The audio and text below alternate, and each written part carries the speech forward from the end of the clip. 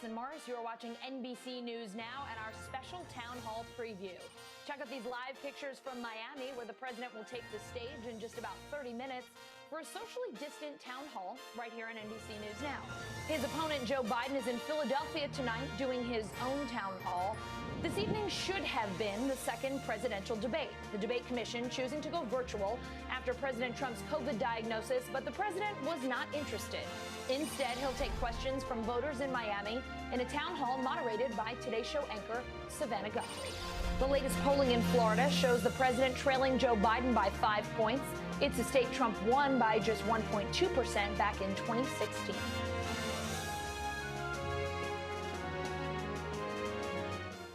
NBC News Chief White House correspondent Hallie Jackson is there. Hallie, let's start with the coronavirus precautions tonight, because that's how we got here in the first place. The president's diagnosis throwing a wrench in the original debate plans. What's the White House saying about his health and testing leading up to tonight, and what safety measures will be part of this town hall? A lot of safety measures, Allison. It's kind of the short answer to the question there. You know, the set is actually a little bit around the building from where I'm standing now, but the audience is socially distanced. The chairs are socially distanced. Savannah, who's moderating, of course, will be 12 feet spaced from President Trump, and everybody in the audience is required to wear masks. It's partly why I have mine on now as well, and all NBC staffers involved had coronavirus tests additionally. Now, as far as the president's health, as you know, a statement was released to NBC News from the head NIH clinical director for these kinds of things and Dr. Anthony Fauci. They reviewed independently some of the president's medical data and determined that with a high degree of confidence, they do not believe that he is essentially shedding infectious virus. So that's kind of where things stand from the precautionary piece as it relates to coronavirus. But Allison, I'll tell you what, the pandemic is absolutely the backdrop to not just what's happening tonight, but to this entire final stretch of campaign 2020. That is highlighted by what we're just hearing in the last couple of minutes here this evening from former New Jersey Governor Chris Christie. You know, he's one of President Trump's allies. He was involved in debate prep with President Trump. Christie is now revealing that he spent a week in the ICU in New Jersey after his own coronavirus diagnosis. And he's acknowledging he was wrong to have not worn a mask at the White House when he visited and in those debate prep sessions with President Trump as well. So that is kind of an interesting backdrop here as we move into tonight out. Yeah, very much so. Hallie, let's talk about the race. The latest NBC News Wall Street Journal poll out today has President Trump trailing Joe Biden by 11 points nationally. How does the president attempt to make up that lost ground on stage there tonight?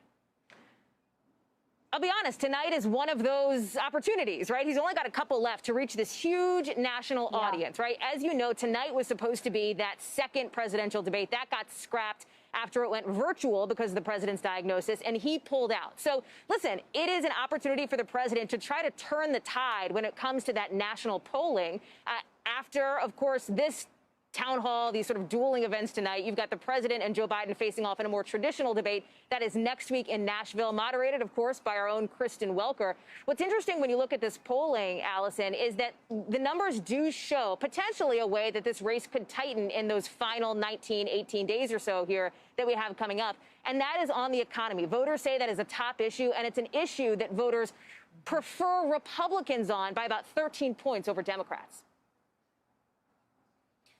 Hallie, let's talk tone. That first presidential debate was contentious, to say the least. The president interrupting the moderator and Joe Biden. It was, quite frankly, hard to hear what anyone was saying. Do we expect a different approach from him tonight, with voters asking the questions and, of course, no opponent? It's a very different setting than that first debate, Allison, because remember, he is interacting with voters who in some instances are not necessarily on board with his policies at this point. That's part of why these undecided voters are at a town hall or watching a town hall. So for the president, you have to look back at his town hall performances this cycle, this campaign, as well as in 2016. What's so interesting to me about seeing the president, Allison, at a town hall like this, listen, you know that I cover him every day at the White House as this administration. He does not often come in front directly with people who challenge him necessarily in a way that some of the voters at this town hall might, and that some that we've seen in other town halls have done. The president goes out in his sort of bubble that every president travels in, and he goes to rallies, for example, where it's sort of rapturous support for President Trump. He loves that energy. He feeds off that energy. But tonight is a very different scenario for him. So I'm really curious to see how it's going to go. I am too, Hallie, and we only have a little while to go. Thank you so much for being with us, helping to get us ready for tonight's town hall. Sure. Thank you. NBC News correspondent Carrie Sanders also in Miami tonight. Carrie, we're hearing more Democrats than Republicans voting by mail so far, according to Florida's Division of Elections. What can you tell us about how the early vote is going so far in the state? Well, first of all, they're breaking records, Allison, and the number of people who are using the mail-in vote. October 19th begins the early vote where people actually can begin lining up. So we have about 14 million people registered to vote in the state of Florida, and 1.9 million have already voted. That means that they put it either in a slot down at the elections offices or at the boxes that have been set up around the counties around the state, or they've mailed it, they have arrived it, opened up. And when you look at the percentages of who's actually voted, well, let's look at the raw numbers. First of all, 960,000 Democrats have already voted. 564,000 Republicans have voted, which means there's about a 402,000 vote difference. Wow. The Democrats leading. That is unusual, Allison. Usually Republicans are the more robust mail-in voters, but this year things have been turned on their heads. The Democrats for about a year have been doing a heavy push to get people in the state of Florida to participate in the election and to consider mail-in voting. Then coronavirus hit, and a lot of people have taken their cues from candidate Biden wearing a mask, saying, I'm not going to go stand in line. I'm going to send my vote in the mail, while many of the Republican voters have said, I will just wait and go in line and vote. So the most important thing experts say is, even though you see this Democratic lead in mail-in votings, don't conclude in any way that there are, at the end of the day, going to be an overwhelming number of Democratic votes for Republican votes. That we won't know until election night, or maybe even beyond. Yeah, way too early in the game to tell there. Carrie, the latest polling in Florida has President Trump trailing by 5 points. You know Florida inside and out. Let's talk about the dynamics in this battleground state and how much weight we should be putting in the polls that we're seeing right now. Well, I think a lot of voters question the value of the polls. They look back to 2016 and they wonder whether the polls served them properly, and so they're questioning them. While the pollsters will say that they are following the proper mathematics that is required to come up with that kind of poll instant look at where things stand, a lot of people are questioning that. When you look at the state of Florida, you know, we have a very interesting state. This is not like a small northeastern state, for instance. You have a state that is essentially 5 different states. You have the Panhandle area, you have North Florida, you have Central Florida along the I-4 corridor, Tampa to Orlando. You come down to Miami, and then you go over to Southwest Florida. There's 7 TV markets in the state, and everyone is different. For instance, as I take you up to the Panhandle, that was after Reagan referred to a Dixiecrat area where very conservative Democrats began to become Republicans, and now it's a very strong Republican area. You come to South Florida, where we are, where the debate is being held, or not the debate, but the town hall is being held tonight.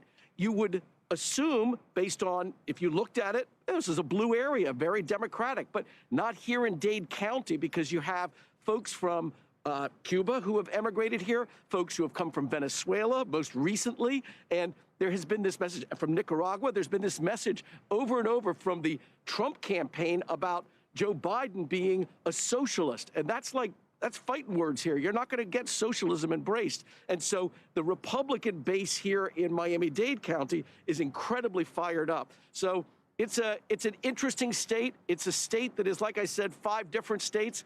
And as we know, because it's really so narrowly divided by the people who have actually registered Republicans and Democrats, you can't call it until it's over.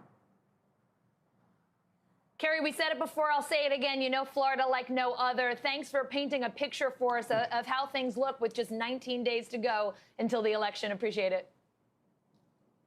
Thank you. Former VP and Democratic presidential candidate Joe Biden also taking the stage tonight for a town hall in Philadelphia. Biden currently leading the president by 7 points in Pennsylvania, according to the latest New York Times Siena College poll. NBC News political reporter Ali Vitale in Philly tonight. Ali, Joe Biden comes into this town hall with a lead in Pennsylvania, a double-digit lead nationally, according to the latest NBC News Wall Street Journal poll. And his campaign says they pulled in $383 million last month. Those are some pretty favorable numbers heading into this town hall. How's the Biden camp feeling? You got to feel good about all of the news headlines that you just talked about, because you're right. He traded one battleground state for another battleground state. Theoretically, when there was a second debate still on the calendar, Joe Biden was supposed to be sharing a stage tonight for a town hall event in Florida with Donald Trump. Well, Donald Trump is in Florida for his own town hall, but that second debate was canceled because he said he didn't want to do it virtually. That landed Joe Biden here in Pennsylvania for a town hall with another network. And when you think about the backdrop of this, all of the headlines that you laid out provide a pretty good backdrop. But then there's also the reality of being out campaigning during a pandemic. And we saw those realities come through in real time today for the Biden-Harris ticket, because we saw 3 people in the orbit of the campaign test positive for coronavirus. 2 of them who Kamala Harris had flown with last week. She's now off the trail through Sunday, at least. Her campaign says that that's being done out of an abundance of caution. And we've seen her take 3 negative coronavirus tests since she took that flight with staffers who have since tested positive, although they did not test positive when they were flying together. Then there's Joe Biden. As the campaign was going through the contact tracing process for those positive cases around Kamala Harris, they found someone who works for the charter company that the campaign employs also tested positive. That member of the staff flew with Biden on Monday and Tuesday, but the campaign making clear that person was over 50 feet away from Biden on the flight. Biden was wearing a mask. The person who was infected was wearing a mask. He says that his doctors see no reason for him to quarantine, and so he is still out on the campaign trail here, obviously, in Pennsylvania tonight, heading on to Michigan tomorrow. I expect we're going to be seeing a lot more of Joe Biden in battleground states. Unclear if we're going to be seeing Kamala Harris on the road physically there or continuing to virtually campaign, but neither of them are slowing down amidst this time. You got 19 days to go, Allison. You really can't afford to slow down. Yeah, they can't stop now. Ali, so let's talk about the issues tonight and what we expect Joe Biden to be focusing on. No doubt, if given the opportunity, he's going to highlight the difference in his campaign's approach to the coronavirus versus the president. What else is important for his campaign to relay to voters on that stage tonight? That issue that you just mentioned, the handling of the coronavirus pandemic, it has become the focal point of the Biden pitch out here on the campaign trail. And we know from watching other town halls, both that the president has done and that Biden has done, that voters' minds are singularly focused on the pandemic and, frankly, the crises that have resulted because of it. And so as Biden has been on the campaign trail, he has innately been speaking to those issues. Yes, the handling of the pandemic, but also the way that he wants to get the economy back going because of this ongoing recession that we've seen because of the ongoing pandemic. And of course, if you're the Biden campaign, you're always winning if you're talking about health care. At least that's how they see it and how they feel. And so you got to imagine that as we just finish up these Supreme Court hearings, or as they're in their waning days in Washington, that question may also be on voters' minds here. And what the Biden-Harris ticket has done is every time the Supreme Court battle comes up, they don't get bogged down in the weedsy partisan politics that we often see in D.C. Instead, they have done a good job of trying to elevate it to the issues, reminding voters that the Supreme Court isn't some far-off entity that just decides things in D.C., but that it's one place where a lot of decisions with issues that impact all Americans will fall. Chief among them, we're back to health care. Ali Vitale, I'm not sure I've ever had the opportunity to speak to you so many times on air in one day. Thanks for hanging around for our town hall preview. Great to catch up with you again. This is a great record, Allison. Former Vice President Joe Biden with an 11-point lead over President Trump nationally. That's the latest NBC News Wall Street Journal poll out this morning. And 62% of voters say the nation is on the wrong track. NBC News national political correspondent Steve Kornacki joining us now from the big board to break down all those numbers. Steve, let's start with the right direction or wrong track. Yeah, the wrong track, right direction. I mean, again, you look at these numbers, not even a third of Americans saying they think things are going in the right direction. On the one hand, not surprising in the middle of a pandemic. Also, when you look at numbers like this, probably not that surprising. You see the incumbent president in the position he's in. There is a twist to this, though. There's another question we asked in the poll that I think surprised some folks. I asked people, your family, you and your family, are you better or worse off than you were 4 years ago? And I think this raised some eyebrows. Look at that. 50% of folks say that personally, their families themselves, they are better off than they were 4 years ago. 34% worse off. I was going back and looking. This is a question we've asked a couple times, a number of times in the past. You know, the last incumbent president to lose re-election, this is going way back, George Bush Sr. But when he lost re-election, this number was in the 30s. So it is interesting now to see Donald Trump in the position he's in and to have this number all the way up here at 50%. So a bit of a surprise finding in here. But we mentioned this. Let's put Trump's position in the polls right now in context. These are modern incumbent presidents at this exact same point, 3 weeks out from Election Day. They were running for re-election. You see Trump, his approval rating's 44, and he trails right now. First of all, take a look at these three presidents, Obama, W, and Clinton. All three of them won re-election. This was their approval rating at this same point, and you can see here all of them were higher than Trump is right now. Obama and Bush by about 5 points, Clinton by more than 10 points. You can see where they stood in the polls. Clinton was running away with it. Obama and George W. Bush were both in dogfights for re-election. But ultimately, of course, each one of them won. Clinton won easily, and you see Trump lags that a bit. Then we mentioned George H.W. Bush, 1992. Look at that difference in approval rating. Bush at this point in 92, he was at 34%. I mean, he was, in a lot of ways, he was buried at this point in 92. That was a three-way race with Ross Perot, but he was down double digits. Trump also down double digits. You look at this, though, with Trump, and it just remains, if he can gain maybe 5 points or so, if he could get that approval rating up where Obama, George W. Bush was, if he could get that gap to the mid-single digits, the swing states, the Electoral College, that could all start to come in play for him. Probably not from double digits behind, but he still probably only needs a gain of about 5 points to really change things. By the way, we mentioned the two states where these town halls are tonight, Pennsylvania, Obama and Trump. Look at that. 6.5 point advantage there for Joe Biden right now. One of those three states, Midwest states that had gone Democratic for 30 years that Trump flipped in 2016. Florida, that's where the Trump town hall is. And there you go. Biden with an advantage of almost 3 points on average in Florida. Look, if Biden flips Florida on election night, he probably just needs to flip one other state. This is a big prize for the Biden campaign if they can get it. And this really is, it's so easy to say there's must-win in politics and elections. Florida really is a must-win state for Donald Trump. Yeah, really important one there. Steve, it wouldn't be a town hall preview without checking in with you at the big board. Thanks so much for hanging with us tonight. Thank you. Appreciate it. Up next, the key factors in the presidential race with just 19 days until the election. And we are counting down to President Trump's town hall in Miami.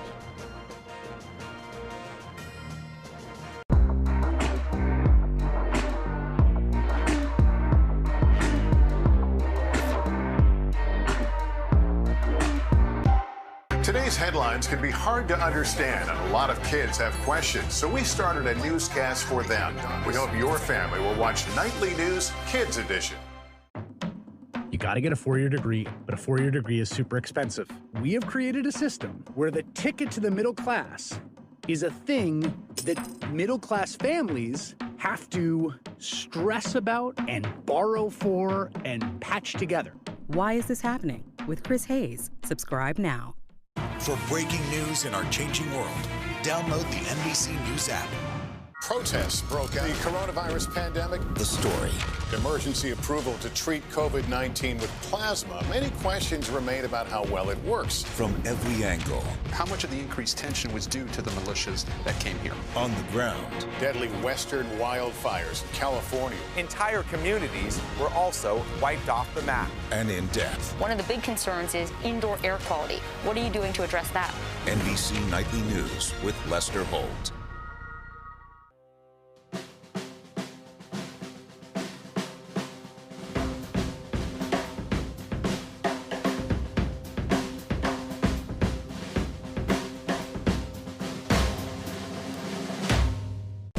Firefighters have had more favorable conditions, allowing them to push the flames away from homes, but the wind can change all of this on a dime.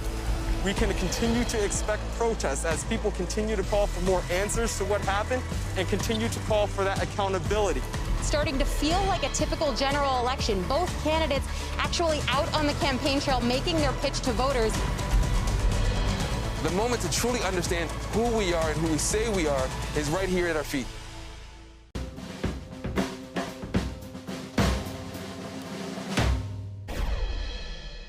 The coronavirus will undoubtedly be in focus at President Trump's town hall tonight in Miami, and it is a key factor in this election. NBC News now reporting there are over 8 million COVID-19 cases in the United States. Over in Wisconsin, cases are surging. Today, the state reported a record 3,747 new COVID cases. More than 1,000 people in the state are in the hospital with COVID-19. That is the highest number since the start of the pandemic. NBC News political reporter Shaquille Brewster is at a drive-up COVID testing center in Milwaukee. Shaq, how is the state dealing with this spike in cases? Well, Allison, right now you're hearing every leader, every doctor that we hear from, they're begging people to take this virus seriously. You went through the numbers there, but it is important to note that with more than 3,800 new coronavirus cases today, the state not only broke a record, they simply smashed that record. And it's the third time they have broken a record in the past week. There was also another uptick in deaths, and there was also another record day of hospitalizations. More than 1,000 people here in Wisconsin in the hospital fighting this virus at this point.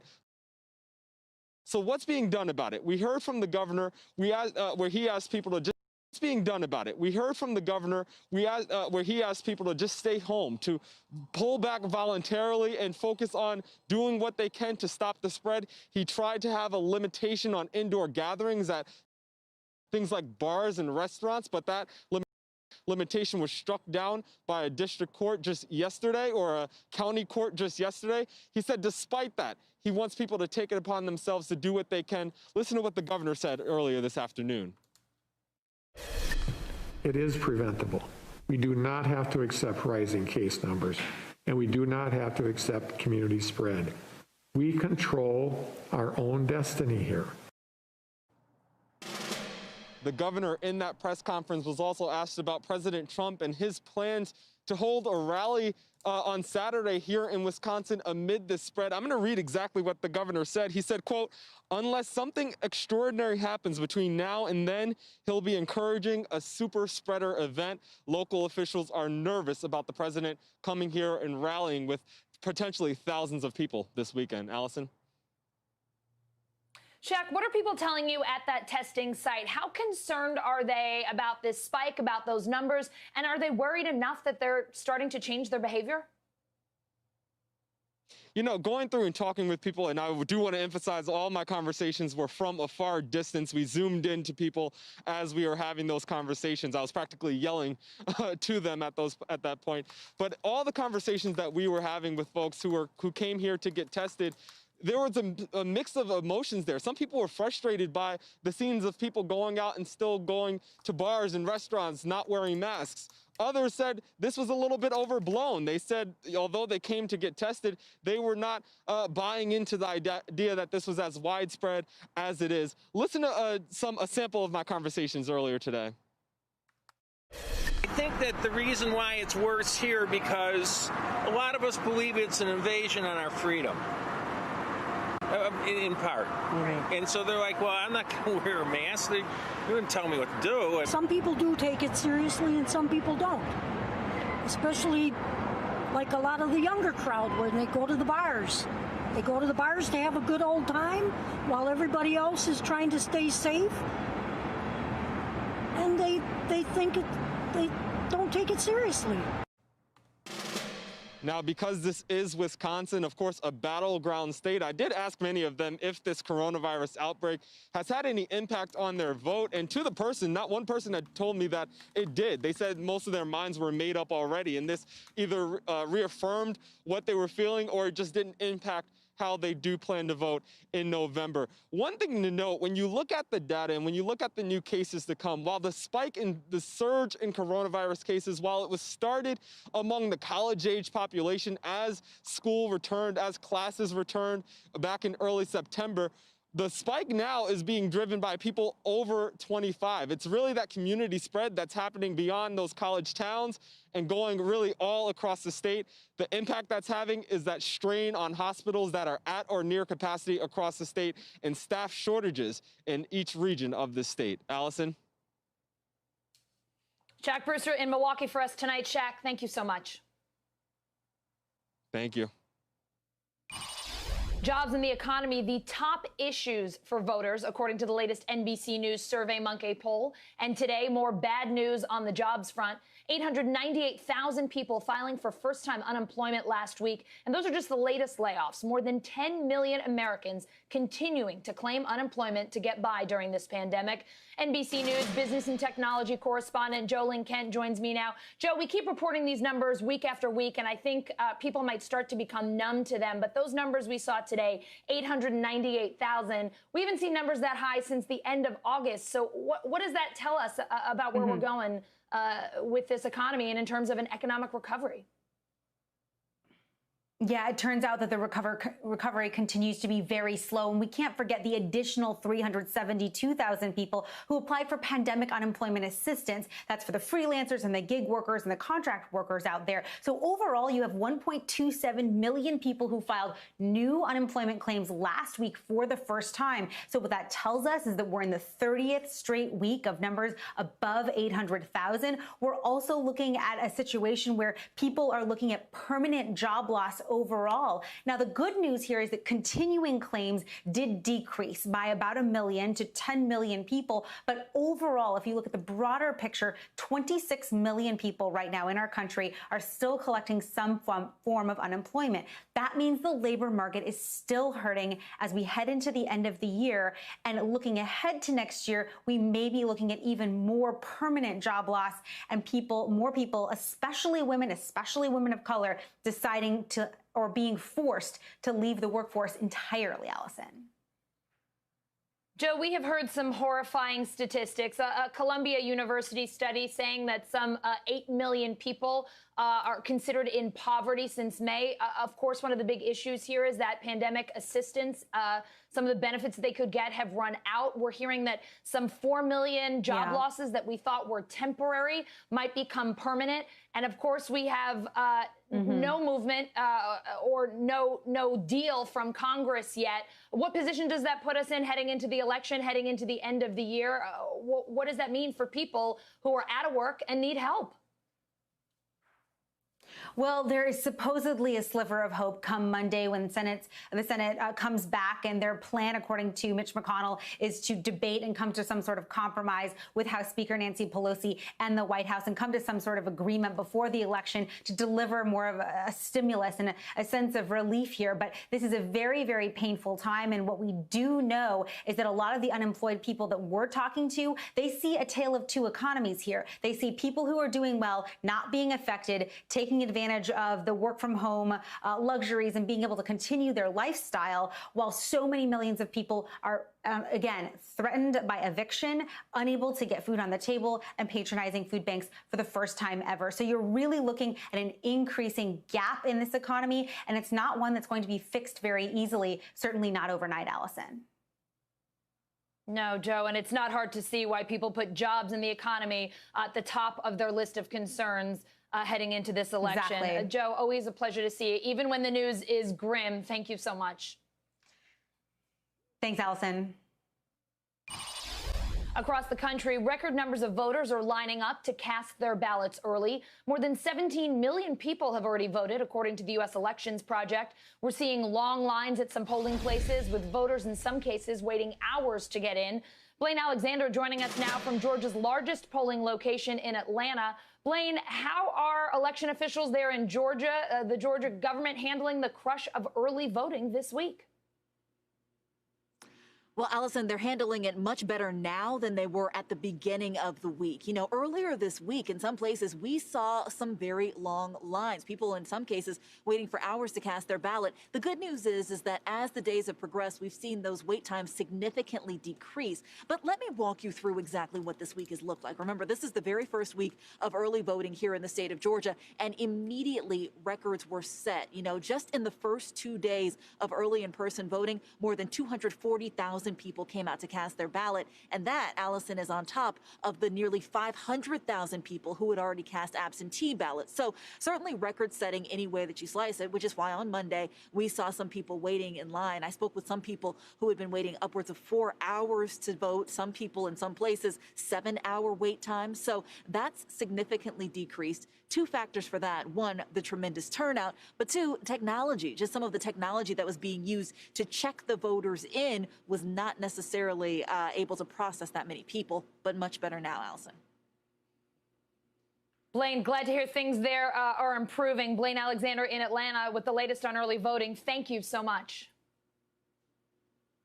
You got it. And thanks so much for joining us. President Trump's town hall in Miami, moderated by Today Show anchor Savannah Guthrie, is next on NBC News Now.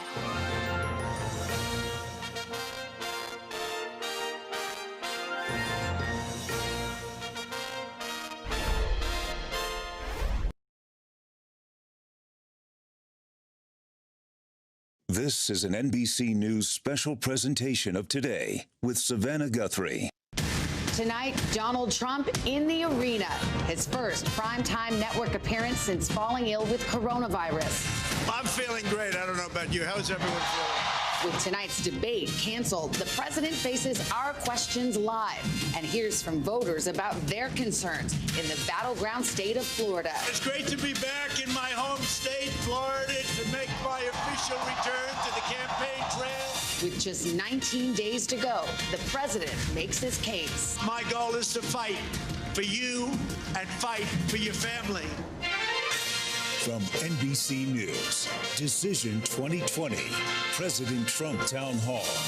Live from the Perez Art Museum in Miami, here's Savannah Guthrie. Hi, everybody, and good evening. It's good to have you with us, and welcome to Miami and our town hall with President Donald Trump. And we want to say right off the top, this is not how things were supposed to go tonight. This was supposed to be a town hall debate between Donald Trump and Joe Biden. But after the president contracted COVID, the debate commission announced it would have to be a virtual debate because of health concerns. The president then said he would not participate in a virtual debate. At that point, Joe Biden scheduled a town hall tonight in Pennsylvania on another network, and now the president is doing the same, his own town hall with the same venue, format, and time as NBC's town hall with Joe Biden last week. So the two candidates go head-to-head tonight, though not face-to-face, each in a key battleground state. And tonight, the president will be taking questions from voters here in Miami, who we should mention are socially distanced and they're wearing masks. And I should say, this audience looks a bit like America. It's divided. Some here voted for the president in 2016 and plan to again. Some support Joe Biden, and some say they are truly undecided. We're going to get a mix of questions on a range of topics, and we're going to get to those questions in a moment. But first, with all that ado, welcome, Mr. President, and thank you for being here. That was very well stated, I have to say. Good job. Thank you. We're glad you're here. We're glad you're well. We send our best to the First Lady and to Barron. Thank you. Do you have any remaining symptoms from COVID? Nothing whatsoever. I'm great. I feel good. I was in North Carolina today and did a big rally. We had tremendous turnout, and just feel really good. Florida, Pennsylvania, we're all over the place. It's been great. You received some treatments that are generally reserved for those with the most severe form of the disease. Yeah. How severe were your symptoms? In particular, did you have pneumonia? Well, I'll tell you what happened. I didn't feel good. I didn't feel strong. I had a little bit of a temperature. The doctors at the White House are fantastic, as you can imagine, and they really didn't want to take a chance. And they said, "Let's go to the hospital." I said, "That's okay. I'm going to, respond to what you say." And we went over to Walter Reed, where you have tremendous professionals. They gave me Regeneron and Remdesivir, both. And all I know is I felt good the following day. I felt really good. Did the doctors ever tell you that they saw saw pneumonia on your lung scans. No, but they said the lungs are, a little bit different, a little bit perhaps infected. And infected with? I don't know. I mean, I didn't do too much asking. I really felt good. I didn't have much of a problem with the lungs. I did have a little bit of a temperature. Obviously, I felt there was something missing, and then I tested positive. Well, let's talk about testing, because there's a little bit of confusion about this, and I think we can clear it up. Yeah, and there shouldn't be. Your first positive test was Thursday, October 1st, okay? When was your last negative test? When did you last remember having a negative test? Well, I test quite a bit, and I can tell you that before the debate, which I thought it was a very good debate, and I felt fantastically. I had no problem before. Did you test the day of the debate? I don't know. I don't even remember. I test all the time. But I can tell you this. After the debate, like I guess a day or so, I think it was Thursday evening, maybe even late Thursday evening, I tested positive. That's when I first found out about it. Back to the debate, because the debate commission know if you got a test on the day of the debate? I had no problem. Again, the doctors do it. I don't ask them. I test all the time. And did you take a test, though, on the day of the debate? If you ask the doctor, they'll give you a perfect answer. Yeah. But they take a test, and I leave, and I go about my business. Did you take a test on the day of the debate, I guess, is the bottom line? I probably did, and I took a test the day before and the day before, and I was always in great shape. And I was in great shape for the debate. And it was only after the debate, like a period of time after the debate, that I said, that's interesting, and they took a test, and it tested positive. So just to button it up, do you take a test every single day? No, but I take a lot of tests. Okay, and you don't know if you took a test the day of the debate? Possibly I did, possibly I didn't. But, the doctor is very accurate information, and it's not only that doctor, it's many doctors. The one thing, if you're president, you have a lot of doctors you're surrounded by. But I was in great shape for the debate. And sometime after the debate, I tested positive. Let's talk about... That's when they decided to let's go. Okay, good. I hopefully provided some clarity for folks. Let's talk about the event that was held at the White House on the Saturday before you tested positive. Subsequent to that, 13 people connected to that event tested positive. There was an outdoor reception. You've seen the pictures. There was an indoor reception. People were not wearing masks. My question to you is, at this point in the pandemic, knowing what we know, shouldn't you have known better? Shouldn't the White House know better than to hold an event like that? Well, they do a lot of testing in the White House. They test everybody, including me, but they test everybody. And something happened. But as far as the mask is concerned, I'm good with masks. I'm okay with masks. I tell people wear masks. But just the other day, they came out with a statement that 85% of the people that wear masks catch it. Well, so, they didn't say that. I know that study. That's what I heard, and that's what I saw. And regardless, but everybody's tested, and they're tested often. And I also knew that, hey, I'm president. I have to see people. I can't be in a basement. I can't be in a room. I have to be out. You can see people with a mask, though, right? I can, but people with masks are catching it all the time. I mean, if you look at the governor of Virginia, he was known for a mask. If you look at Tom Tillis, a great guy, he always had a mask, and they caught it. Well, there are pictures of Tom Tillis, actually, with one of Judge Barrett's kids not wearing a mask. But, Chris Christie, he was part of your debate prep. Yeah. He was, I believe, at that event. He came out tonight. He was sick, very sick. He was in the hospital for about a week. I know he came out tonight and said, I was wrong not to wear a mask. Well, I mean, he has to say that. I think it's great. He's a friend of mine. He's a good guy. And wrong or not wrong, you have to understand, as president, I can't be locked in a room someplace for the next year and just stay and do nothing. And every time I go into a crowd, I was with the parents of our fallen heroes. These people are the most incredible people. And they came up to me, and they would hug me, and they would touch me. And I'm not going to not let them do it. Now, there was an event with the Gold Star families the day after the Supreme Court event. A Gold Star event with the most incredible people you've ever seen. And I could have chosen not to talk to them or to keep everybody away. And you know what? And I don't think that's probably where it was caught, but maybe it was. I was going to say, you bring it up. You brought it up yourself. I mean, are you trying to suggest that? Do you believe a grieving military family gave you COVID? No, I don't know where it came from. Okay. And you don't know where it came from, and the doctors don't know where it came from. But as the president, I have to be out there. I also know... Well, there's no one that says you can't be out there, but it's just about wearing masks and having, for example, your rallies. Your rallies don't require masks. Oh, no. I mean, let's see Kamala. She's got people now. People have it, and I'm not blaming her. I'm not saying, oh, she did a terrible thing. As president, I have to be out there. I can't be in a basement. I can't be locked in a very beautiful room someplace in the White House. And I want to see the Gold Star families, and I want to see everybody. And I also say to people all the time, it's risky doing it. It is risky doing but it. But as it's president, you're right. You want to be a leader, but you also are a leader and a setter of an example. And if you're not wearing a mask when your administration is saying best practice right now is wear a mask, no, it's not foolproof. But many people are catching it. Many people are getting this disease that was sent to us by China, and it shouldn't have been allowed to happen. But many people are getting this. And, I mean, nobody's being blamed. Everybody is working hard to get this thing out of our country, get it out of the world. Look at what's going on in Europe. Massive spikes. They've done a very good job, but now you take a look today at the UK, you take a look at Spain and France and Italy. There's tremendous spikes. But our death rate is worse than, well, not Spain, but those other countries. I have things right here that will tell you exactly the opposite. Me too. So the UK is up 2,500%, because I knew you'd be doing this. I know you very well. The UK is up 2,500%. The EU is up 722%, and the United States is down 21%. But we have, our deaths per capita is among the highest among industrialists. Excess mortality, we're a winner on the excess mortality. And what we've done has been amazing, and we have done an amazing job. And it's rounding the corner, and we have the vaccines coming, and we have the therapies coming. And I'll tell you what, one thing, when I got it, I had a choice, do nothing or use some of the things that we're looking at, like in this case, Regeneron. Yeah. And Eli Lilly makes something that's supposed to be incredible. And I think that maybe I wouldn't be doing this discussion with you right now.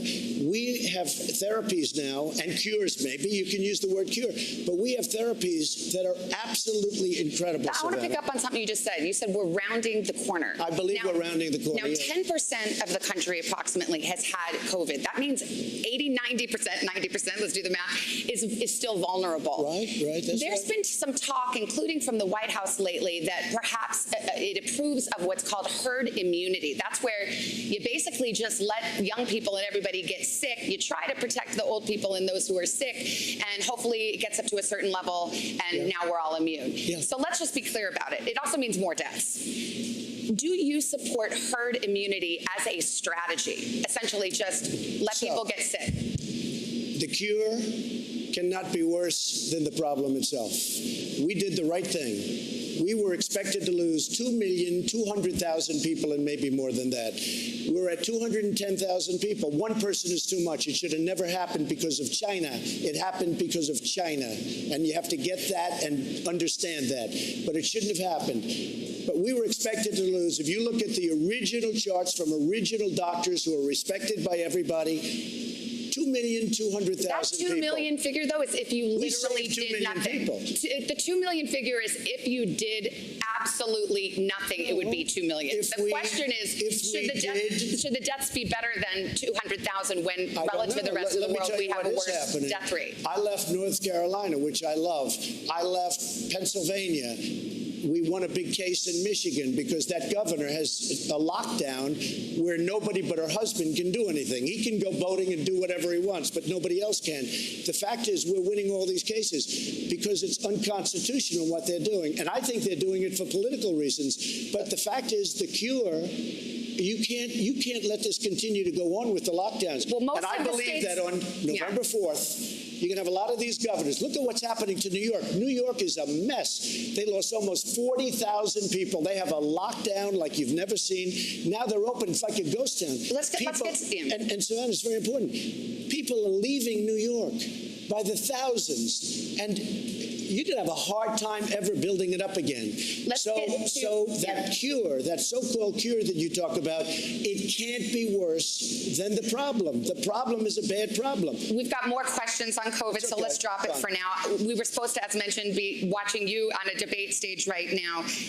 We're not doing that, so let's clear up a few things from the last one. You were asked point blank to denounce white supremacy. In the moment, you didn't. You asked some follow-up questions. Who specifically? A couple of days later, on a different show, you denounced white supremacy. My question to you is, you've done this to me and everybody. Why does it seem like I denounced white supremacy? Okay, you did 2 days denounced later. White supremacy for years, but you always do it. You always start off with a question. You didn't ask Joe Biden whether or not he denounces Antifa. I watched him on the same basic show with Lester Holt, and he was asking questions like Biden was a child. So this is a little bit of a dodge. Are you listening? I denounce white supremacy. Okay. What's your next question? Do you feel, it feels sometimes you're hesitant to do so, like you wait a beat. Here we go again. Every time, in fact, my people came, I'm sure they'll ask you the white supremacy question. I denounce white supremacy. Okay. And frankly, you want to know something? I denounce Antifa, and I denounce these people on the left that are burning down our cities that are run by Democrats who don't know what they're doing. While we're denouncing, let me ask you about QAnon. It is this theory that Democrats are a satanic pedophile ring and that you are the savior of that. Now, can you just once and for all state that that is completely not true and that disavow QAnon in its entirety? I know nothing about QAnon. I just told you. I know very little. You told me, but what you tell me doesn't necessarily make it fact. I hate to say that. I know nothing about it. I do know they are very much against pedophilia. They fight it very hard, but I know nothing about it. They believe it is if a satanic cult run by the deep state. The subject. I'll tell you what I do know about. I know about Antifa, and I know about the radical left, and I know how violent they are and how vicious they are, and I know how they're burning down cities run by Democrats, not run by Republicans. Republican Senator Ben Sass said, quote, QAnon is nuts, and real leaders call conspiracy theories conspiracy theories. Why not just say it's crazy and not true? He may be right. I just don't know about QAnon. You do know. I don't know. No, I don't know. I don't know. Let me ask you another thing. Let's waste a whole show. You start off with white supremacy. I denounce it. You start off with something else. Let's go. Keep asking me these questions. I do have one more in this vein. Let me just tell you, what I do hear about it is they are very strongly against pedophilia. And I agree with that. I mean, I do agree with that, and I agree with it. But there's not a satanic pedophile cult being run by. I know nothing You don't know that? Okay. No, I don't know you that. Just this neither week. do you know that. Okay, just this week why, you why retweeted. Why aren't you asking me about Antifa? Why aren't you asking me about the radical left? Because you're why aren't you asking Joe Biden questions about why doesn't he condemn Antifa? Why does he say it doesn't exist? Because you're here before me. No, it's so cute. Antifa exists. They're vicious, they're violent, they kill people, and they're burning down our cities. And they happen to be radical left. Just this week, you retweeted to your 87 million followers a conspiracy theory that Joe Biden orchestrated to have SEAL Team 6, the Navy SEAL Team 6, killed to cover up the fake death of bin Laden. Now, why would you send a lie like that to your followers? You retweeted it. That was a retweet. That was an opinion of somebody, and that was a retweet. I'll put it out there. People can decide for themselves. You're I don't the take a president. position. You're not like someone's crazy uncle who can just retweet whatever. That was a retweet, and I do a lot of retweets. And frankly, because the media is so fake and so corrupt, if I didn't have social media, I don't call it Twitter, I call it social media, I wouldn't be able to get the word out. And the word is false. And you know what the word is? The word is very simple. We're building our country stronger and better than it's ever been before. And that's what's happening, and everybody knows it. Okay, we got a bunch of questions for you. We're winning in a lot of states. Okay. We're winning in a lot of states. Let me ask, okay, I'm glad you brought up the election because I do want to ask about that. That's another kind of leftover item. A lot of people have asked you, will you accept a peaceful transfer of power? You have said repeatedly, the only way we lose this election is if it is rigged. Now, that is simply not true. The fact is either candidate can lose fair and square without ballot fraud. So will you accept the results of the election? That's the way I want it to be. But when I see thousands of ballots, right, unsolicited ballots being given out by the millions, and thousands of them are dumped in dumpsters, and when you see ballots with the name Trump, military ballots from our great military, and they're dumped in garbage cans. That is a handful. We could go all night, which we won't. No, but no, we it's could go all happening night, every day. one by one, a single case, a single day. You're talking about 150 million votes. Your own FBI director says there is no evidence of widespread fraud. Well, then he's not doing a very good job. All you have to do is pick up the papers every day. 50,000 in Ohio, the great state of Ohio. 50,000 in another location, I think North Carolina. 500,000 applications in Virginia. No, there's a tremendous problem. But let me just tell you, they talk about the peaceful transfer, right? They spied on my campaign and they got caught, and they spied heavily on my campaign, and they tried to take down a duly elected sitting president. And then they talk about, will you accept a peaceful transfer? And the answer is yes, I will.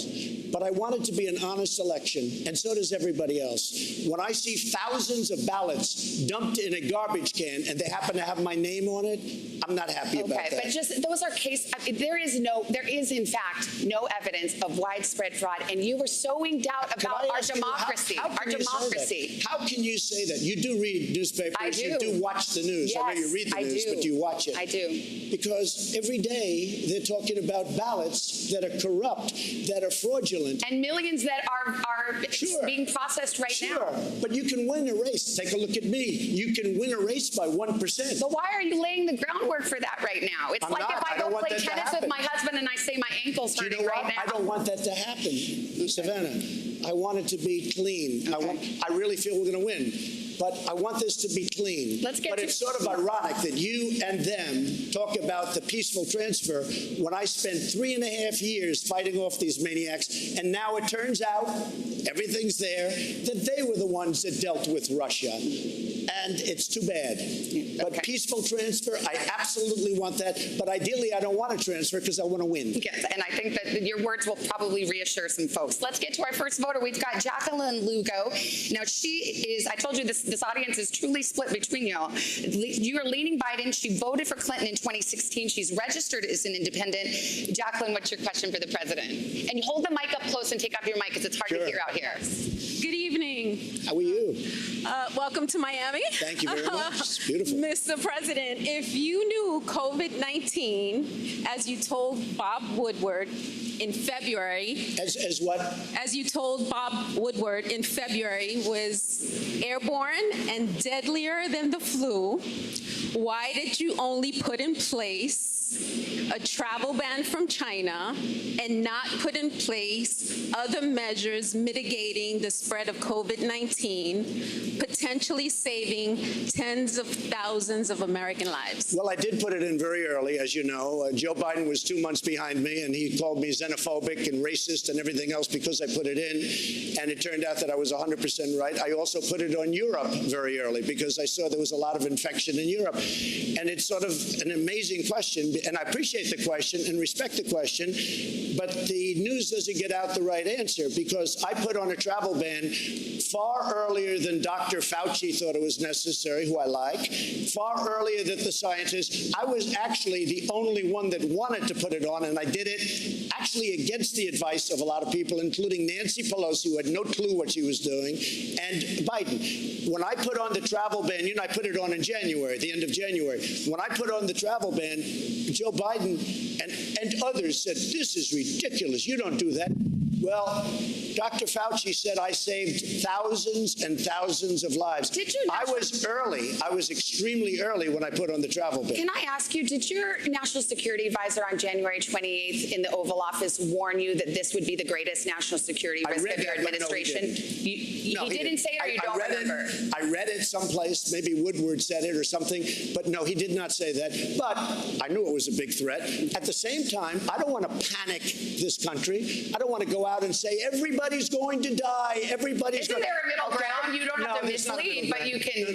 No, there's not a middle ground. You have to be safe, you have to be vigilant, and you have to be smart. You're going to like this next couple of voters. It's a mom and a daughter. Good. Mom, Barbara, voted for you in 2016. She's leaning to vote for you again. Now, her daughter was too young to vote last time. She's going to vote for her first time in a presidential campaign, and she is leaning Biden. So imagine the dinner table at their house, okay? So, Barbara, why don't you go first and ask your question? Bienvenido a Miami. Thank you. Mr. Trump, as a frontline ER doctor working through the coronavirus pandemic, I know firsthand, and I've seen that many hospitals throughout the United States are suffering financial hardships. These economic effects are trickling down to the frontline workers. We are being, across the country, frontline workers are being fired, they're being furloughed, our salaries are being cut. And this is also happening in other economic sectors as well, including the travel industry and hospitality. My question to you is, how are you going to get the United States back on track, both in terms of the economy and the pandemic? So it's happening. We just set a record, 11.4 million jobs. We are going to have a phenomenal third quarter, which will be announced on November 1st, just prior to the big November 3rd day, where I think you're going to see a red wave. But we're going to have a tremendous announcement, I believe. I mean, we're going to find out. But GDP is going through the roof. Jobs, real estate, houses, so many things are happening. So people were saying we were going to have a 42% unemployment. Look, this was a thing that came into our country, and it happened more than 100 years ago, and it happened now. They were talking about a 42% unemployment rate. Who was talking about that? I heard 20%. It just came out at 7.8% unemployment, and people can't even believe it. Our economy is going to be, next year, if we don't have somebody that raises taxes and quadruples taxes, which they want to do and kills everything, our economy is going to be phenomenal next year. We're going to have a phenomenal. And I'll tell you, Savannah, we had the greatest economy in the history of our country last year, including the state of Florida, where we are now, and Pennsylvania, and North Carolina, and Ohio, every place. We had the greatest economy we ever had. We had to close it down. We saved 2 million lives. We're opening it up. We have a V-shape, and it's coming back. It's coming back very fast. One other thing, we really helped the hospitals. We've sent billions and billions of dollars to the hospitals. In addition, hundreds of millions of masks and gowns, and we went into the ventilator business because this country was not equipped with ventilators. And I'm not blaming anybody for it, but we're now making thousands of ventilators a month, and we have all we can use. We're sending them all over the world because the world needs them. So they've worked very hard and really very, very effectively. Thank you. Great question. Let's talk to Isabella. Put the mic close to your mouth. Okay, go ahead. Mr. President, my parents are, as you heard, both frontline healthcare workers, and I've seen the physical and the mental tolls that this pandemic has taken on them firsthand, as well as the exacerbation of coronavirus due to Americans who are not wearing masks or participating in social distancing. After contracting COVID-19 yourself, has your opinion changed on the importance of mask wearing?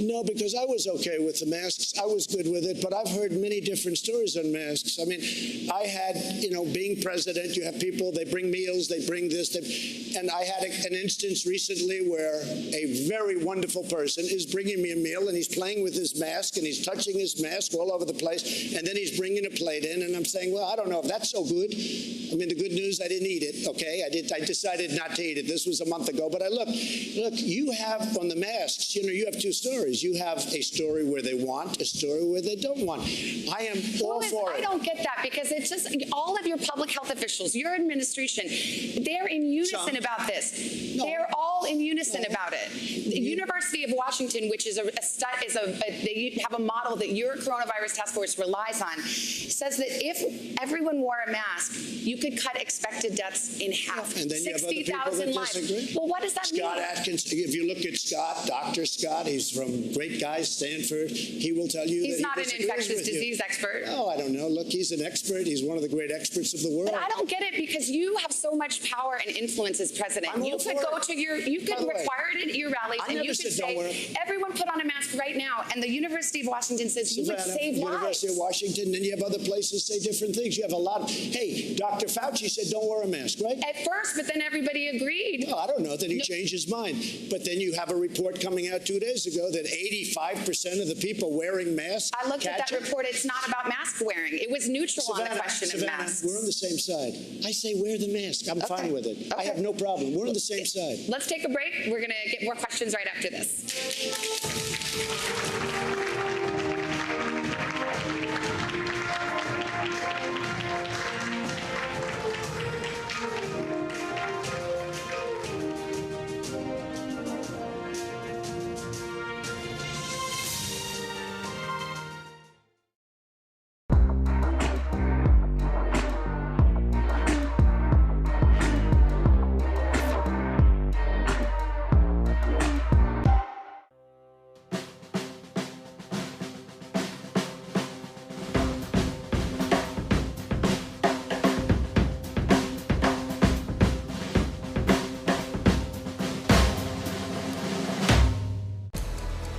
This is a situation where the state continues to struggle to expand its testing capabilities. Protesters feel that they need to come out in full force and support their community because they feel like they're not getting that support from the Portland police. Another election day coming up against the backdrop of how to keep voters safe amid a pandemic. The moment to truly understand who we are and who we say we are is right here at our feet. You got to get a four-year degree, but a four-year degree is super expensive.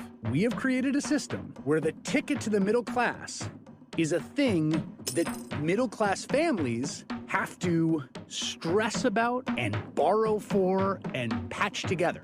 Why is this happening? With Chris Hayes. Subscribe now. You're watching NBC News Now. We've got some breaking news. But we actually saw a large convoy of the National Guard come through here. It's news made for your streaming world. Live weekdays starting at 6 a.m. Eastern. This morning across the country, what the new normal for schools will look like. Many teachers left making tough choices between the job they love and their family. What am I going to decide? Take care of my children or have a job? That's an impossible decision. You're creating a little community school. This is a moment where we can just develop ourselves and develop our community. Let's turn it over to students. How do they really feel about returning to school? What I miss is my teachers. They are resilient. A surge in coronavirus infections. New developments on several fronts. The story. Tonight, the U.S. shattering the record for most COVID cases in a single day. From every angle. What's your level of concern that the kids who have been told they're going to be home indefinitely won't be able to catch up? On the ground. Do you have faith that this is going to bring about change soon? And in depth. Here in Portland, more protests expected tonight. Do you think that police in this country are under attack? NBC Nightly News with Lester Holt. The news business is dynamic and probably has never been more important. With all that we're facing, I am so proud to bring the perspective of a Black woman, a daughter of immigrants, the wife and mother of a husband and kids who sadly are more vulnerable to police violence because of their color, a proud nerd, and a representative of the emerging America to cable TV news. I hope the great Gwen Ifill and my mom, Philomena Carol Lamina, will look down from heaven and be proud. We're live in Miami with President Trump for a town hall.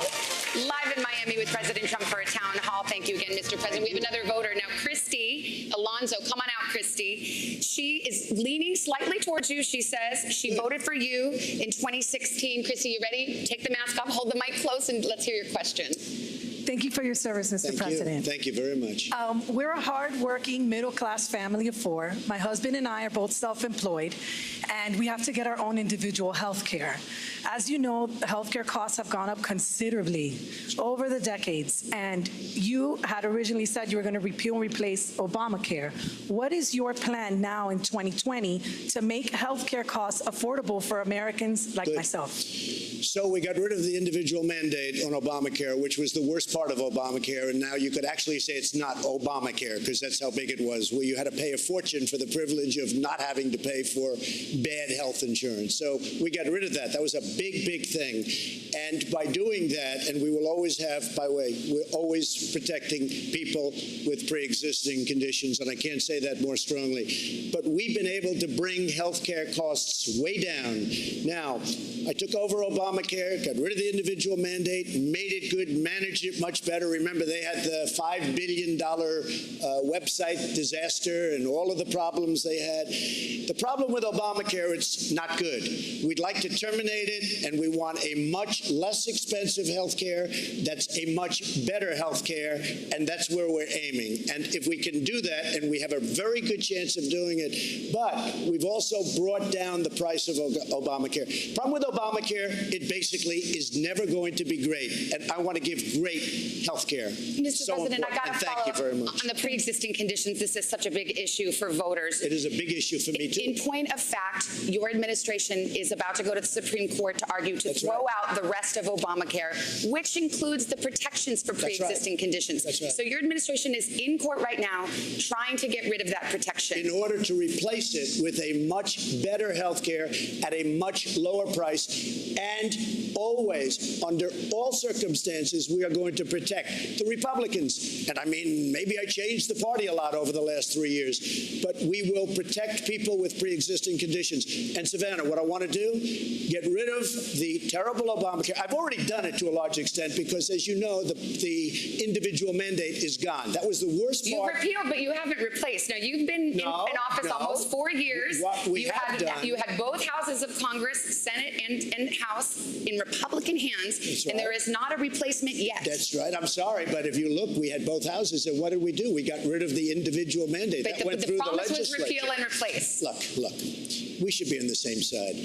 I want it very simple. I'm going to put it very simple. We would like to terminate it, and we would like to replace it with something that's much less expensive and much better. We will always protect people with pre-existing conditions. But if you're successful in court in November, those pre-existing conditions, that promise will be gone.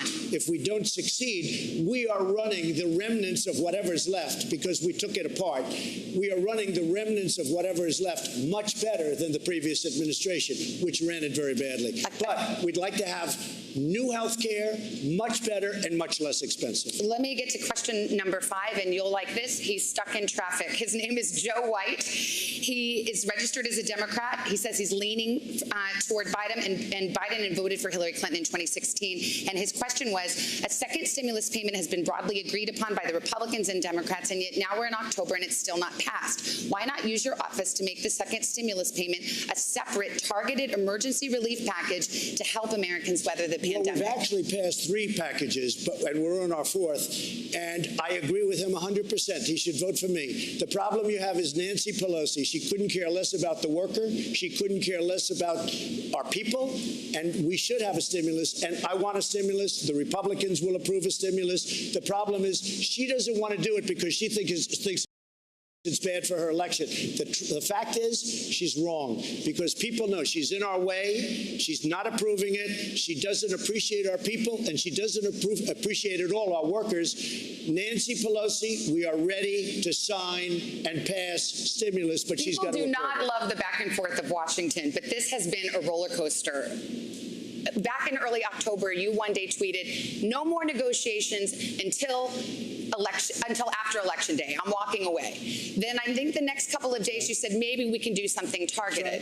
Then you said I want a big bill, but then Senate Republicans said no, we're not for that. So you're the big deal maker. How come this is so?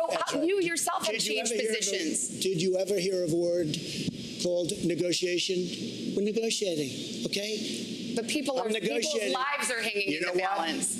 And you know who I'm negotiating against? Nancy Pelosi, because she doesn't want to give the money. We should have stimulus. This was not our people's fault. This was China's fault. And she's penalizing our people. I'm ready to sign a big, beautiful stimulus. You saw the other day, I say go big or go home, right? That's what I want it to be big. I want it to be bold. I want the money to go directly to the people. Are Senate Republicans with you? They're going to go big? They'll go. Big old number? They'll go. They're going to be very happy. So far, they have not said they would. Because I haven't asked them to, because I can't get through Nancy Pelosi. Okay. If Nancy Pelosi and I, through my representatives or directly, I don't care, if we agree to something, the Republicans will agree to it. Okay. Our next question comes from, this is interesting. She voted for Clinton in 2016, but recently changed her registration from Democrat to Independent.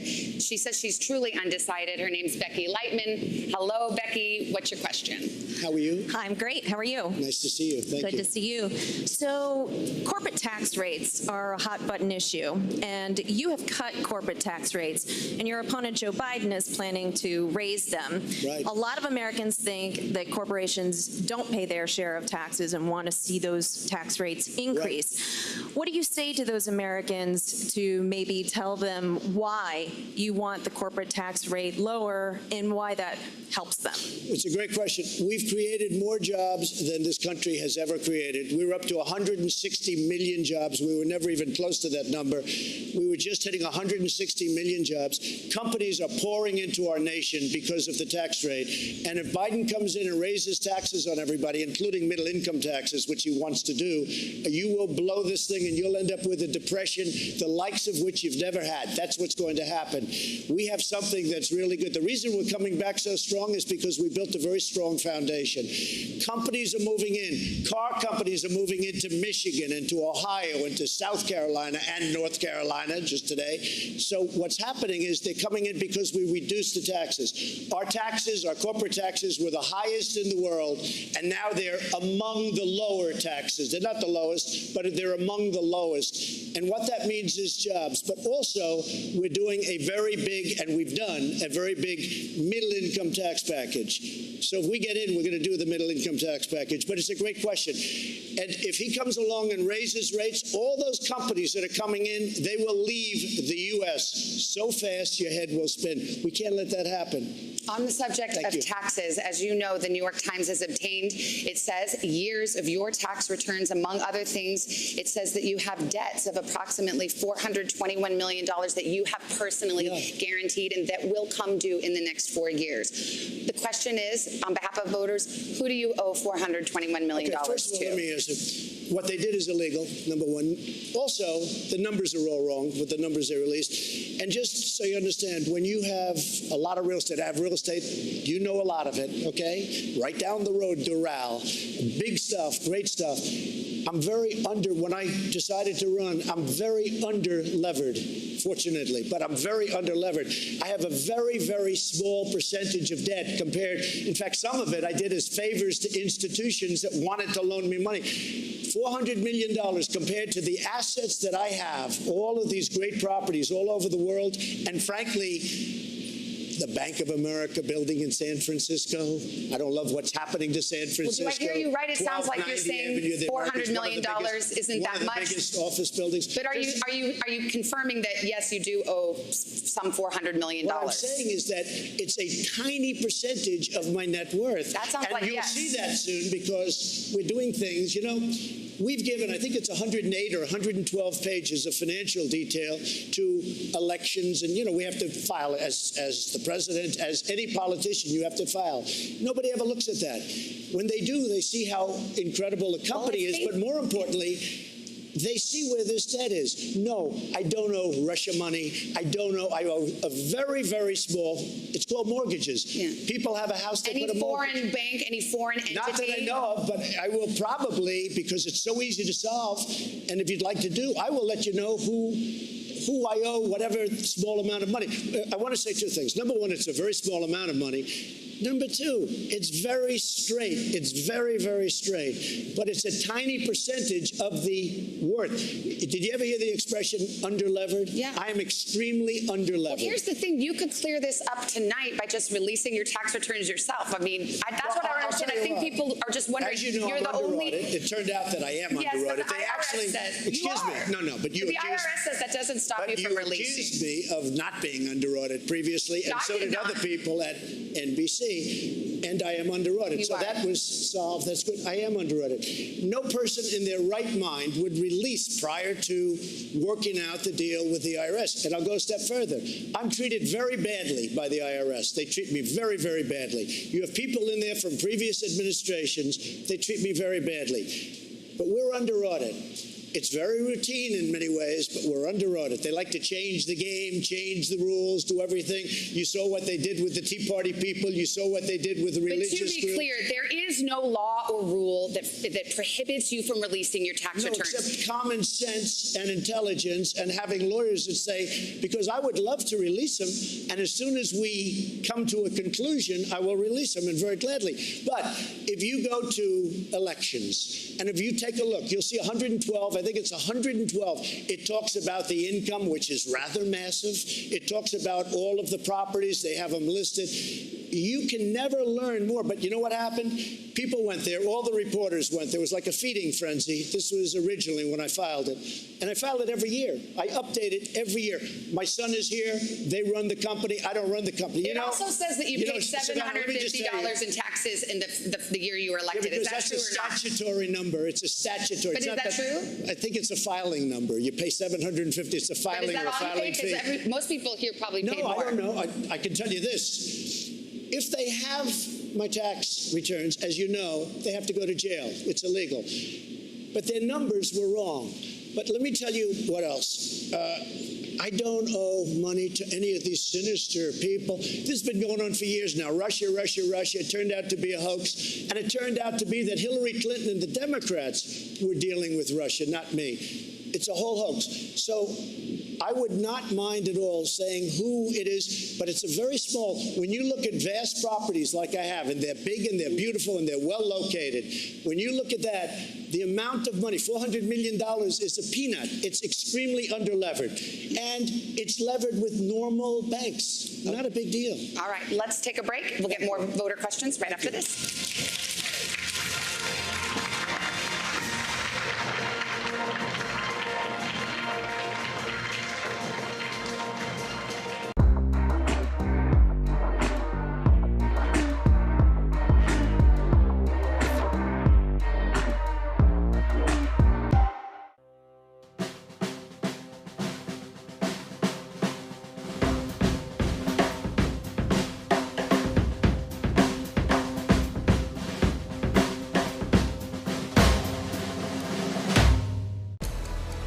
This is a situation where the state continues to struggle to expand its testing capabilities.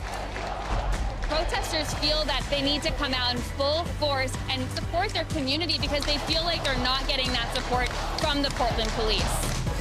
Another election day coming up against the backdrop of how to keep voters safe amid a pandemic.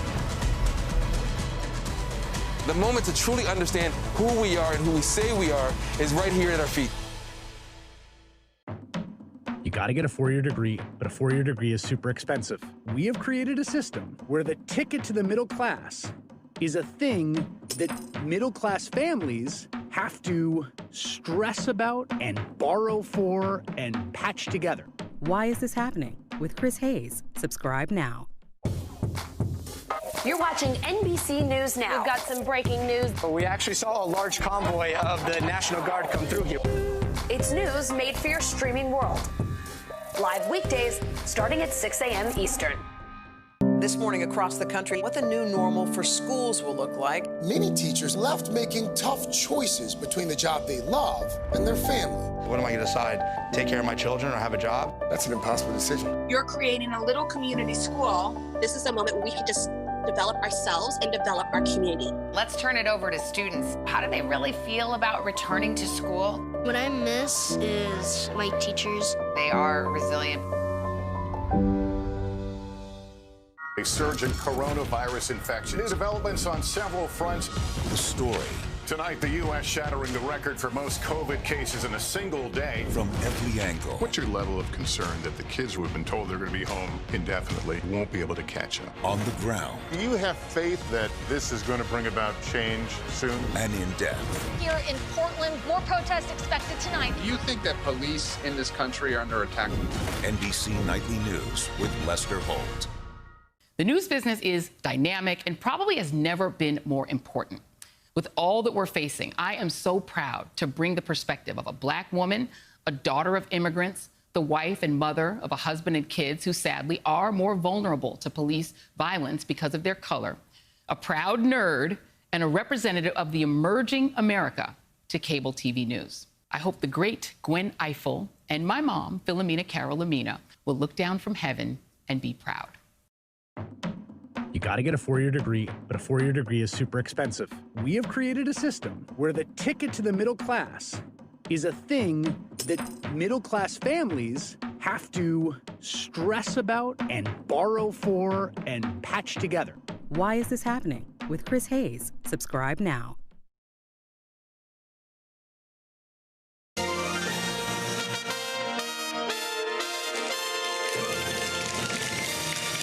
We are live in Miami in the middle of a town hall with President Trump. Thank you again for being here. We've got another voter, Adam Sugar. He voted for Clinton in 2016. He's registered as a Democrat and says he's supporting Biden. Adam, take it away. Thank you, Savannah. Thank you, Mr. President. Thank you, Adam. 4 years ago, Senate leadership said it was inappropriate to push through a nominee in an election year. Yet they fast-tracked your nominee for the Supreme Court just today. The question I have for you is,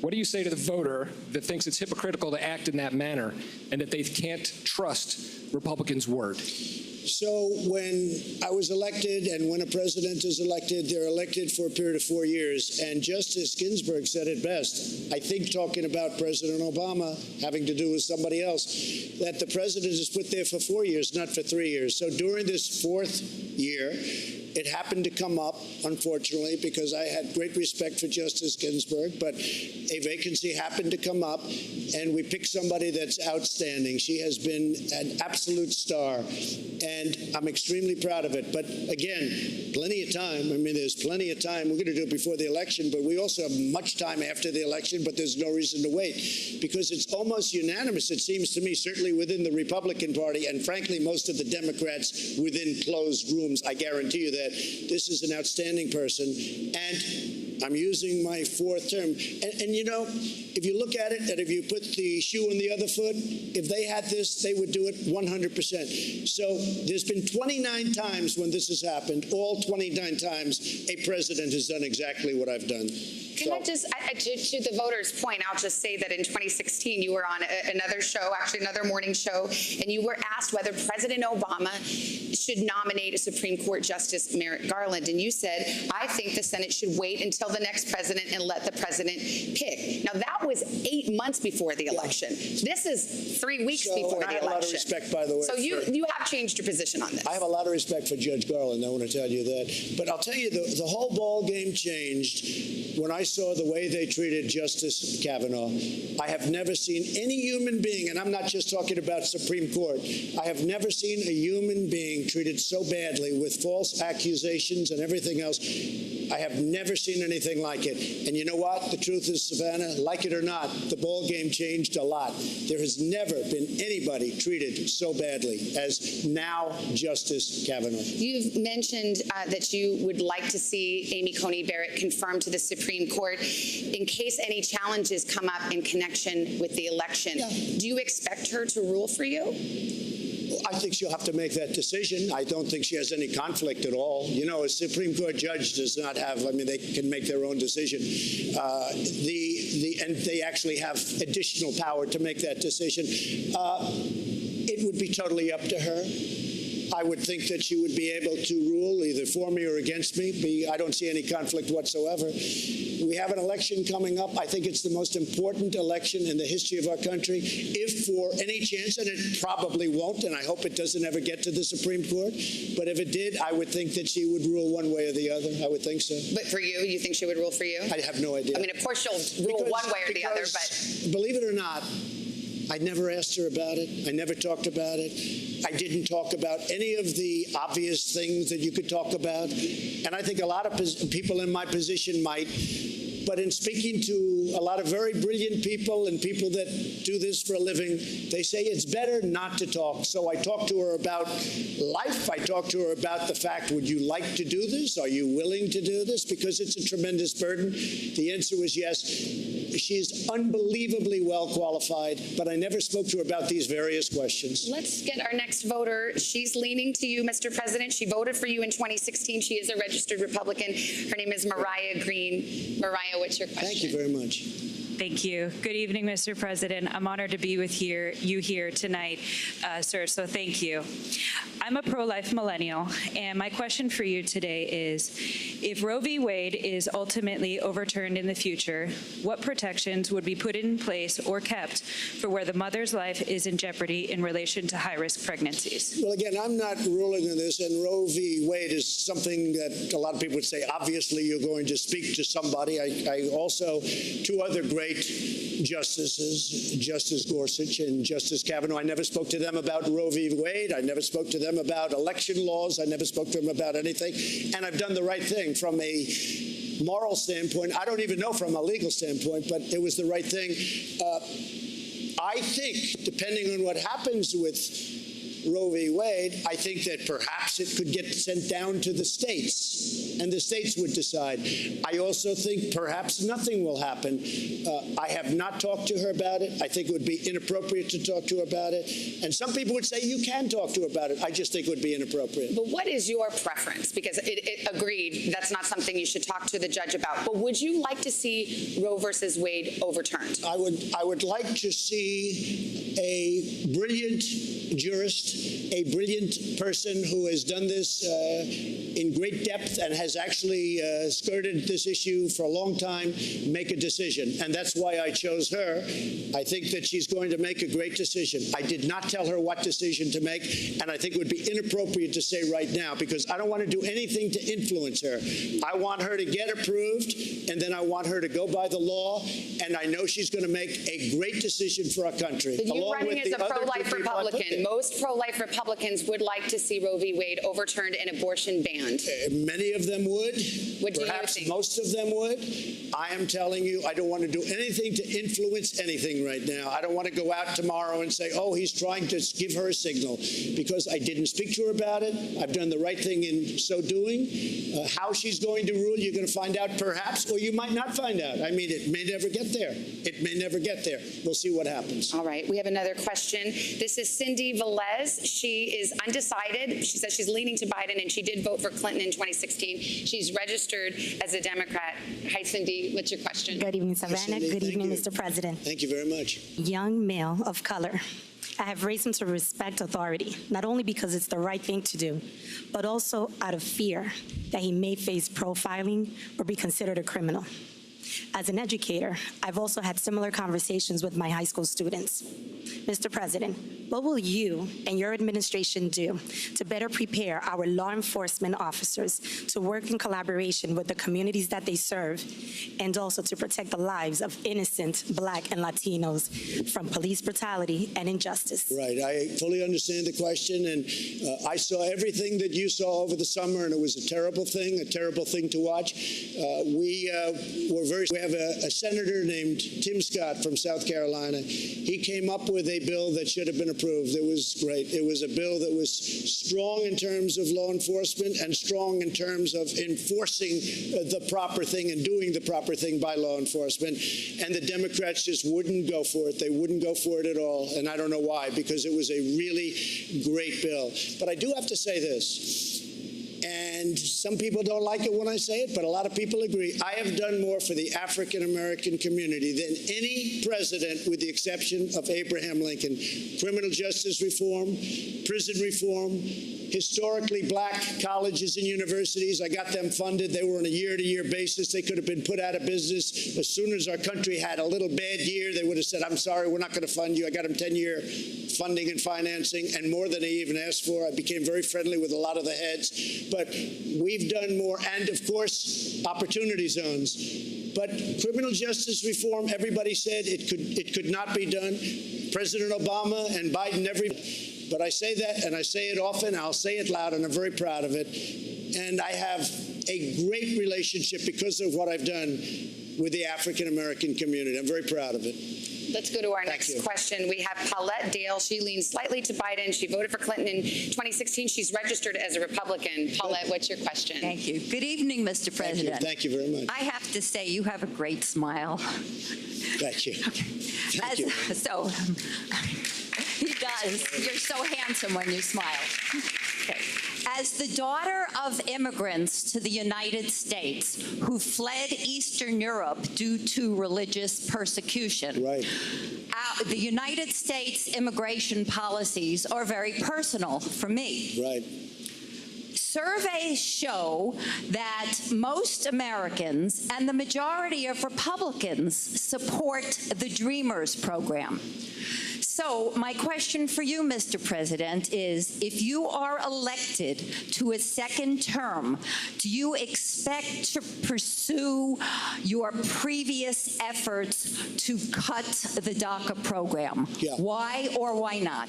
And the DACA is somewhat different than Dreamers. You understand that, and you understand it better than anybody probably in this room. Where do you come from, by the way, originally? Where? My grandparents were from Russia and Poland. That's very good. Okay. So we are going to take care of DACA. We're going to take care of Dreamer. It's working right now. We're negotiating different aspects of immigration and immigration law. We've built now over 400 miles of border wall, southern border. Mexico's working very closely with us. We have the strongest border we've ever had. We want people to come into our country. They have to come in legally. But we are working very hard on the DACA program, and you will be, I think, very happy over the course of the next year. Thank you. Because I feel the same way as you do about it. Thank you, Mr. President. Thank you very much. Mr. President, in point of fact, the DACA program, there are, under your administration, applicants are allowed. And in fact, the DACA recipients now have to renew every year as opposed to every 2 years. So in fact, the DACA program has been curtailed by your administration. Well, what happened is because of the pandemic, much changed on the immigration front. Mexico is heavily infected, as you know, and we've made it very, very difficult to come in because of the pandemic and other reasons, and crime. But we have a very strong border right now, and we have to keep it that way. But we want people to come into our country, but they have to come in through a merit system, and they have to come in legally. And people are very, very happy with it. You haven't, but what happened is because of the pandemic, we have to be extra cautious. You have been promising this immigration bill since, well, at least July, when you told my colleague on Telemundo it was coming, but nothing's come yet. It's very happy. The fact is, we got rid of catch and release, which is a disaster. You know, you catch somebody, they could be a murderer, they could be a rapist, and we're supposed to release them into our country. These are the laws that I inherited. We ended that program. Now, I think you're going to see something very, very good. The whole immigration, if you look at what's going on, people used to pour into our country, and especially during the pandemic. I think even you, Savannah, will be very impressed. Sir, we have about 30 seconds left. I think about people sitting out there tonight. There are some who love you. Some of them are sitting right around here, and some who will never vote for you. But there are people in the middle. There are people who aren't sure. That's right. There are people who want to give you a second chance and how you might improve in a second term. 30 seconds. What would you say to them? Because they've done a great job. We had the strongest economy in the world. We closed it up. We are coming around the corner. The vaccines are coming out soon, and our economy is strong. We are at a level with jobs like we've never been before. We've rebuilt our military. We've rebuilt our borders. We had no borders. We had no nothing.